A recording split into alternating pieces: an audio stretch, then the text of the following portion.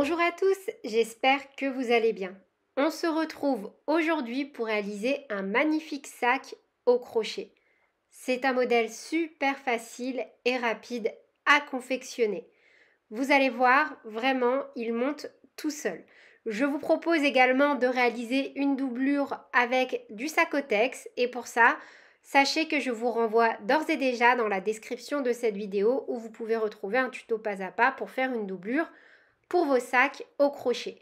La fiche de réalisation de cet ouvrage est bien évidemment disponible sur mon site internet ou directement dans le petit i en haut à droite. Je vous laisse faire pause et noter toute la liste du matériel ou retrouver cette dernière dans la description de cette vidéo. Au niveau donc de la réalisation de ce sac, vraiment il m'aura fallu seulement une journée pour le confectionner en entier. N'hésitez pas à me rejoindre sur mes différents réseaux sociaux. Et sur ce, on est parti avec le tutoriel. Pour réaliser ce tutoriel, je vais donc utiliser mon reste de Magic Bag que j'avais utilisé lors de la création du sac Ilona, ainsi qu'un petit fond de sac de 5 cm de largeur sur 18 cm de longueur. Donc avec le crochet taille numéro 3, on va venir déjà créer un premier rang de suture où on va assembler notre fil à notre fond de sac.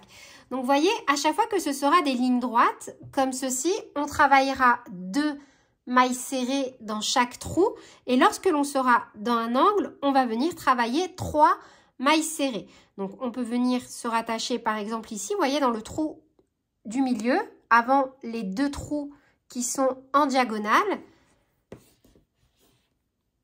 Un jeté, on passe. Un jeté, une maille en l'air.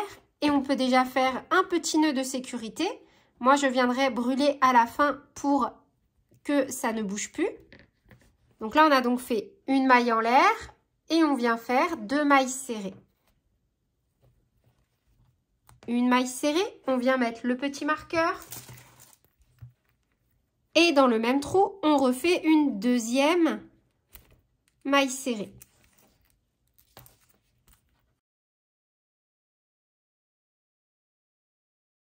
Ici, 1, 2, on va venir faire 3 mailles serrées dans chaque trou.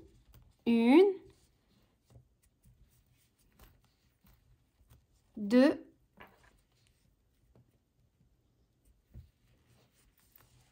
et 3. Idem dans le trou suivant. 1, 2,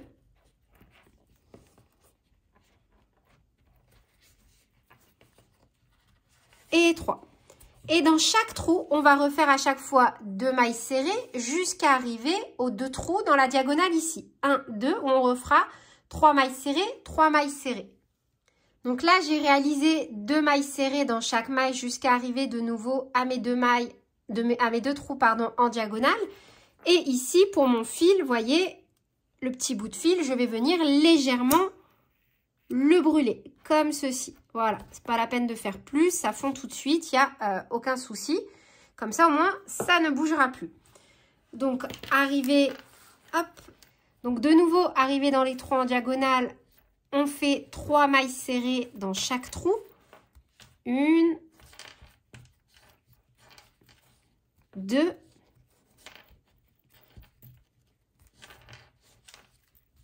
et 3. Idem dans le trou suivant. 1,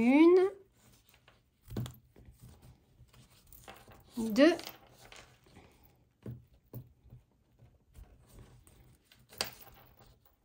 et 3. Et dans le trou du milieu, 2 mailles serrées. 1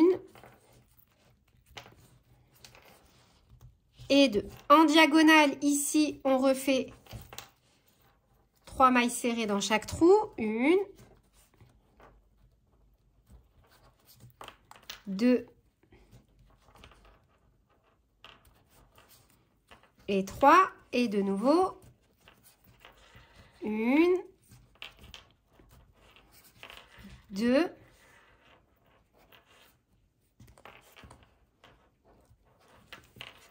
et 3. Et on repart avec 2 mailles serrées dans chaque trou jusqu'à arriver aux 2 derniers trous où on fera 3 mailles serrées dans les diagonales.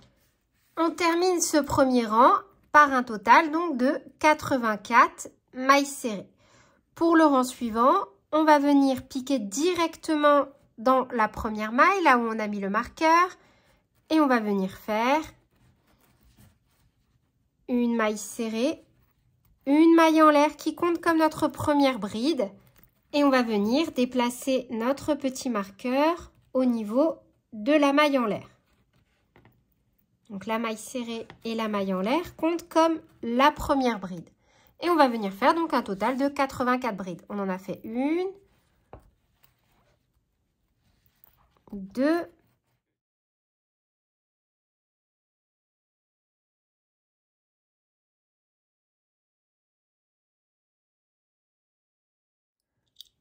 'Vous devez avoir un total de 84 brides. On va venir piquer là où on a mis notre petit marqueur, le retirer et faire une maille serrée.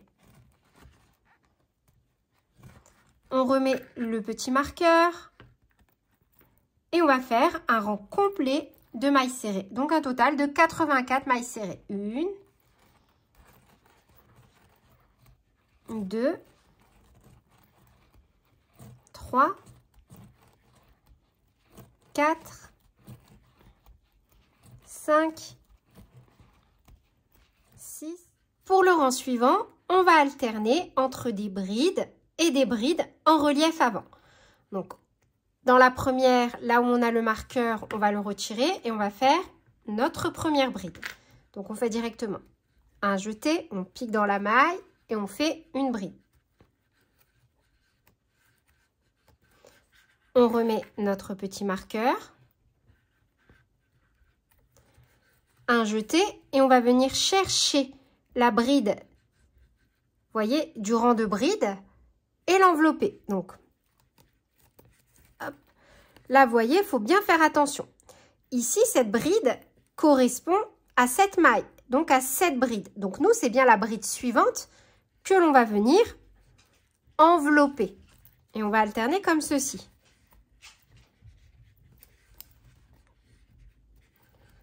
Un jeté, on saute une maille serrée ici, vu qu'on a travaillé en bride sur le rang précédent, bride relief avant, on pique dans la suivante de maille serrée et on fait une bride. De toute façon, je vous mets le point en pas à pas ici dans la description de cette vidéo. Comme ça, si vous souhaitez vous exercer ou si vous trouvez que les explications sont un peu trop rapides à ce niveau-là, pas de souci, vous avez une vidéo vraiment lente, pas à pas, qui vous explique comment réaliser le point alpin ou le point goutte. Un jeté, donc on saute la bride, voyez, on a enveloppé celle-ci, on saute celle-ci sur le rang de bride précédent, on enveloppe la suivante et on fait une bride en relief avant. Et on va alterner comme ça sur tout le rang. Donc là, au niveau des mailles serrées, on en saute une, on pique dans la suivante et on fait une bride. Et on répète donc sur tout le rang. Une bride normale, une bride en relief avant. Donc là, hop, une bride normale et la suivante, une bride en relief avant en allant récupérer les brides du rang précédent. Donc on saute bien le rang de mailles serrées et on vient travailler au niveau des brides. Et on termine donc le rang de nouveau avec un total de 84 mailles. On doit toujours avoir 84 mailles. On va reprendre pour le rang suivant avec un rang de mailles serrées. Donc directement, là où on a notre marqueur, on fait une maille serrée et on vient la marquer. Et on va répéter donc le rang numéro 1. On ne va faire que des mailles serrées. Et à chaque fois, on va alterner comme ça.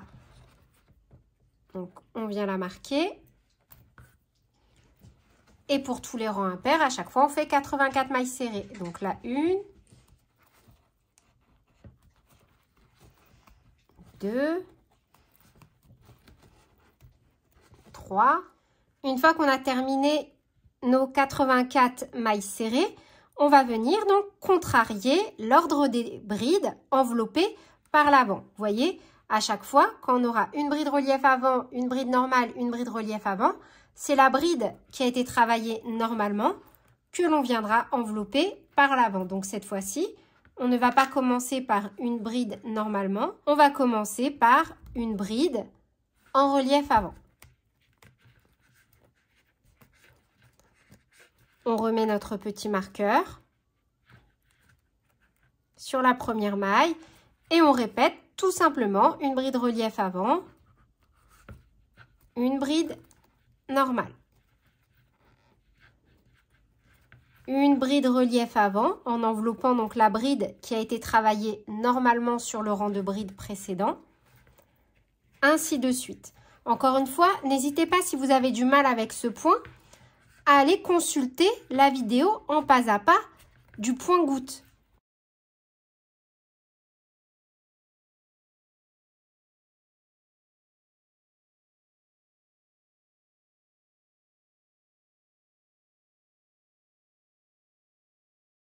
Et on va répéter ça sur tout le rang. Et forcément, comme on a commencé par une bride en relief avant, on termine par une bride normalement. Et on repart sur un rang de mailles serrées. 84 mailles serrées, vous voyez? Et en fait, à chaque fois, on va juste alterner les rangs. Un coup, on fait un rang de mailles serrées. Un coup, on fait un rang de brides en venant contrarier l'ordre de nos brides en relief avant. Le but étant de venir travailler en quinconce les brides relief avant. On ne va pas faire une bride en relief avant au niveau d'une bride en relief avant, mais bien au niveau d'une bride normale. Et on va alterner jusqu'à avoir la hauteur que l'on souhaite. Et du début jusqu'à la fin, on doit toujours avoir un total de 84 mailles serrées. Et à l'issue de ce rang de mailles serrées, de nouveau, on va alterner avec des brides en relief avant et des brides en relief arrière. Là, au niveau de la première bride, c'est une bride en relief avant.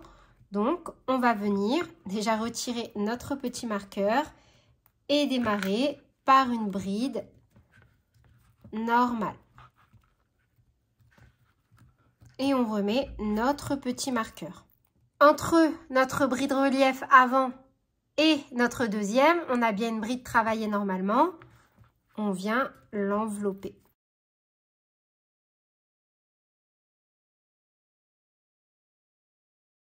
Un jeté, on saute une maille serrée, on pique dans la suivante et on refait une bride normalement. Et on alterne. C'est ce qui nous donne donc ce joli motif. Donc là, moi, j'ai travaillé jusqu'à avoir la hauteur souhaitée. Je vais vous mesurer donc mon petit sac au niveau de la hauteur. On est sur 17,5 cm. Donc, j'ai terminé sur un rang de mailles serrées. Je vais stopper. Et donc, hop, j'avais terminé par une maille coulée. Je vais ramener donc ma boucle ici à l'arrière, là où mon fil dépasse de l'autre côté.